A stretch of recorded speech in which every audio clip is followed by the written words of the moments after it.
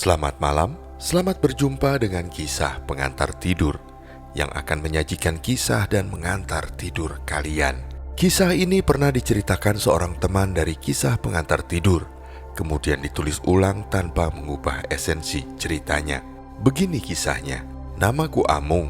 Aku terlahir di sebuah kampung pinggiran antara Bogor dan Tangerang Selatan sekarang. Kampungku sejak dulu memang kabarnya dikenal dengan banyaknya orang sakti atau orang pintar.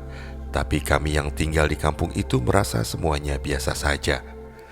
Karena begitu terkenalnya kampungku dengan predikat yang rasanya tak enak didengar itu, 3 SMP, seringkali aku dan beberapa kawan yang tinggal di kampung yang sama diejek dengan julukan anak dukun dan lain sebagainya.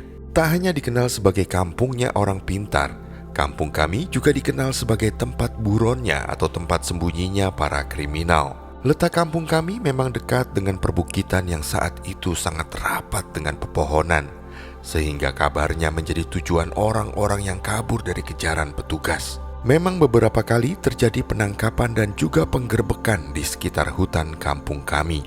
Tapi aku tak akan menceritakan soal tersebut. Yang ingin kuceritakan adalah seorang yang terkenal sebagai pawang dan juga jagal kerbau serta sapi di kampung kami. Namanya adalah Kong Saat. Bisa dibilang Kong Saat adalah orang terpandang di kampung kami. Dia juga terbilang cukup berada untuk ukuran kampung kami.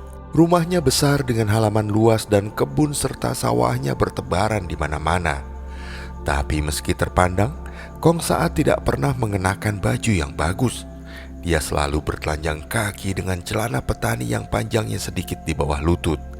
Juga topi lakennya yang khas. Mulutnya tidak pernah berhenti melepuskan rokok yang dilintingnya sendiri dengan menggunakan daun aren atau disebut juga sebagai rokok kawung. Kisah hebatnya yang lain adalah Kong Saat mampu menaklukkan sapi atau kerbau yang hendak dipotong dan biasanya cukup menyulitkan. Tapi kalau Kong Saat yang turun tangan, hanya diusap saja kepalanya, sapi atau kerbau itu akan menurut padanya. Tapi tak lama kemudian Kong Saat meninggal. Cara meninggalnya pun masih berkaitan dengan kerbau atau sapi. Dari cerita seorang cucunya yang juga adalah temanku, sebut saja namanya Maman, kaki Kong Saat hanya terinjak kerbau yang akan disembelihnya dan kemudian membuat luka. Hanya berjarak beberapa hari Kong Saat kemudian meninggal. Setelah meninggalnya Kong Saat, banyak keanehan terjadi di kampung kami. Suasana jadi mencekam dan menakutkan. Keanehan tersebut antara lain ketika malam di hari Kong Saat meninggal dan acara pengajian berlangsung di rumahnya. Seisi rumah bahkan para tamu sangat kaget, sebab seolah banyak sekali suara-suara sapi dan kerbau di rumah tersebut. Tak hanya itu, mendadak para ibu berlari dari arah dapur, karena katanya ada suara derap langkah kaki kerbau yang banyak sekali menuju ke arah mereka. Aku sendiri tak langsung pulang setelah acara itu, sebab Maman meminta aku bersama beberapa kawan untuk menemaninya. Tapi rasanya aku salah ambil keputusan. Harusnya aku mencari saja alasan untuk bisa pulang. Sebab malam itu ternyata banyak sekali kejadian di rumah itu. Suara-suara derap kaki kerbau terdengar memang seperti menuju ke rumah itu. Belum lagi suara-suara lenguhan di atap bahkan sekeliling rumah. Maman dan keluarganya jadi merasa tak enak. Mereka kebingungan dan juga malu pada para warga karena pasti akan menjadi bahan pembicaraan. Dan menjelang tengah malam, nenek Maman berteriak histeris di kamarnya. Sontak Maman dan juga anggota keluarganya yang lain berlari ke arah kamar neneknya. Aku bersama beberapa kawan yang lain jadi bingung. Suara teriakan nenek Maman terus terdengar. Awalnya kami hendak masuk dan melihatnya, tapi kami merasa sungkan. Tak lama Maman keluar dengan wajah lesunya. Maman tak menceritakan apapun yang terjadi dengan neneknya di dalam rumah. Semalaman kami tak tidur, karena memang hingga pagi menjelang saja suara-suara aneh masih terus terdengar. Keesokan harinya, kampung kami ramai dengan pembahasan peristiwa di rumah Kong Saat tadi malam. Ada yang mengatakan ketika pulang mereka bertemu dengan Kong Saat sedang menarik kerbaunya. Ada juga yang mengatakan jika Kong Saat datang ke rumah mereka dengan wajah yang buruk rupa. Bahkan cerita-cerita lain yang tak kalah menakutkannya. Meski tak ada yang tahu apa cerita itu benar atau tidak. Di malam kedua setelah meninggalnya Kong Saat, kembali pengajian digelar di rumahnya. Namun sama sekali tak ada warga yang datang. Hanya aku dan beberapa teman yang memang tak enak hati pada Maman dan memaksakan datang, meski kami tak menginap karena merasa kapok dengan kejadian di malam sebelumnya. Maman sempat berbincang padaku dan 2 orang teman lainnya. Katanya neneknya didatangi sosok kakeknya. Jadi, apa mungkin cerita-cerita di kampung seharian tadi memang benar? Sejak malam itu keanehan-keanehan di kampung kami semakin banyak terjadi.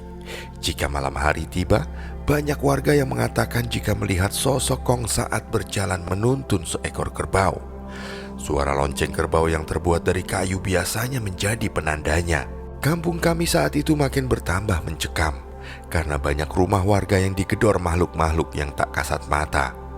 Kejadian tersebut ternyata juga terjadi di kampung-kampung lain di sekitar kampung kami. Banyak warga kampung lain yang membicarakan kejadian rumah mereka digedor oleh makhluk tak kasat mata. Tak hanya itu, sapi atau kerbau mereka juga jadi melenguh semalam suntuk dan membuat suasana semakin mencekam. Di suatu siang ketika aku dan beberapa kawan sedang berada di rumah Maman karena diminta membantunya merapikan pepohonan di sekitar rumahnya, datang seorang kakek tua dengan gaya yang sangat mirip dengan Kong Saat semasa hidupnya. Kami kaget melihatnya. Salah seorang paman Maman menemuinya. Tak lama nenek Maman juga keluar menemuinya. Mereka terlibat pembicaraan yang sangat serius. Kami jelas tak mengetahui isi pembicaraan mereka dan rasanya tak enak juga jika harus menguping. Barulah beberapa hari kemudian Maman menceritakan jika kakek tersebut adalah teman dari kakeknya. Ternyata semasa muda Kong Saat merupakan seorang perampok spesialis hewan ternak seperti kerbau dan sapi. Hebatnya Kong Saat mampu mencurinya dengan mengusapnya dan membawanya tanpa ketahuan siapapun. Kerbau atau sapi itu seperti bisa diperkecil dan dimasukkan ke dalam karung ataupun kendaraan olehnya dengan suatu ilmu yang khusus. Kami yang mendengar cerita Maman kaget bukan kepalang. Dan setelah meninggal, Kong Saat meminta semua hewan-hewan yang dicurinya dikembalikan kepada pemiliknya. Keluarga besar Maman berusaha mengembalikan semua sapi atau kerbau itu satu persatu pada pemiliknya. Tanah milik keluarga mereka yang sangat banyak itu terpaksa dijual satu persatu untuk bisa membeli sapi atau kerbau pengganti.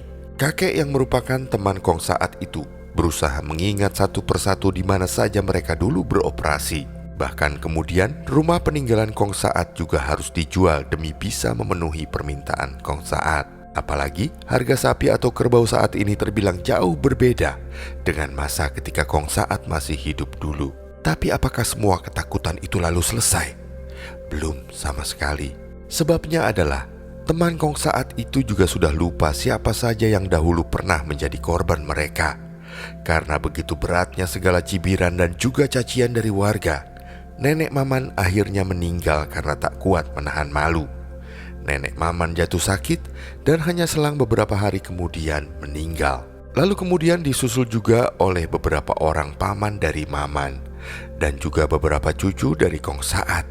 Semua silih berganti meninggal tanpa sebab yang jelas. Maman sendiri kemudian sering bertingkah aneh. Dia seringkali mengenakan kalung lonceng yang biasa dipakai oleh kerbau ataupun sapi dan berjalan merangkak keliling kampung. Sangat miris melihat kondisinya. Tak tega rasanya melihat teman kami harus menjadi penebus kesalahan kakeknya di masa lalu. Setelah semua yang bertalian darah dengan Kong Saat meninggal, suasana kampung kami berangsur tenang. Sedang Maman sendiri lama tak terlihat di kampung kami. Belakangan Maman ditemukan mengambang di kali besar dekat kampung kami dengan lonceng kerbau masih tergantung di lehernya.